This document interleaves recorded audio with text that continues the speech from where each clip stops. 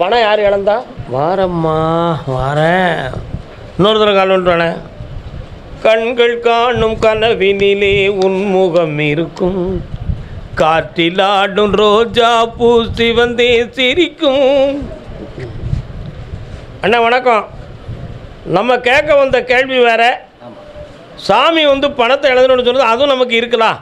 போய் உட்காந்துக்கிட்டு வேற என்ன வேணும்னு கேட்பாரு. அப்போ இந்த வார்த்தை நம்ம கேட்குறோம்னு சொல்லி உட்காந்தியான். உண்மைதானே? கால் வந்துட்டான். நமக்கு தேவை அவன் நல்லா இருக்கணும், அவ்வளோதானையா. எங்கள் அப்பா விட்டு முதலாக குறையுது ஒன்றும் இல்லை.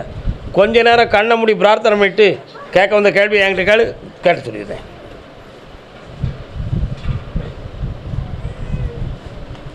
பிள்ளையார் வராரு, எங்கே இருக்காரு?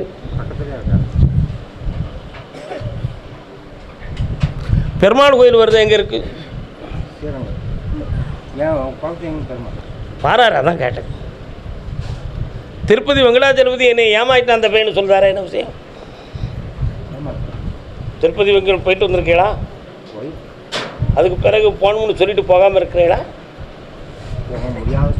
வந்துருச்சு, கால் வந்துட்டோம். வெற்றி வேல் அது வீரவேல். என்னப்பா வேணும் உனக்கு? வீட்டில் ஒரே பிரச்சனை. யாருக்கெல்லாம்? எல்லா பிள்ளைகளையும் என்னால் தாங்கவே முடியல. அதுக்காக பட்டணத்தார மாதிரி வீட்டை விட்டு வெளியே போக முடியுமா?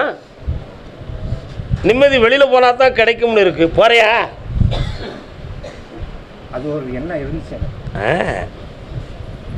எண்ணம் வந்தவங்களாம் சன்னியாசி ஆகிட்டா சன்னியாசத்துக்கு ஏதப்பா மதிப்பு? என்னடா தம்பி இவ்வளவு பிரச்சனை இதுவரை தாங்கலையே. கண்ணை முடிக்காப்பா.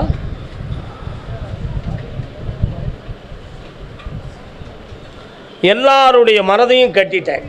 இனி யாராலும் உனக்கு பிரச்சனை வராது. எல்லாரும் ஐஸ்வர்யமாக இருப்பாங்க. மகிழ்ச்சியாரு, என்னை கூப்பிட்டுவா. எண்ணங்கள் நிறைவேறும். ஆனந்தமாக இருக்கும்.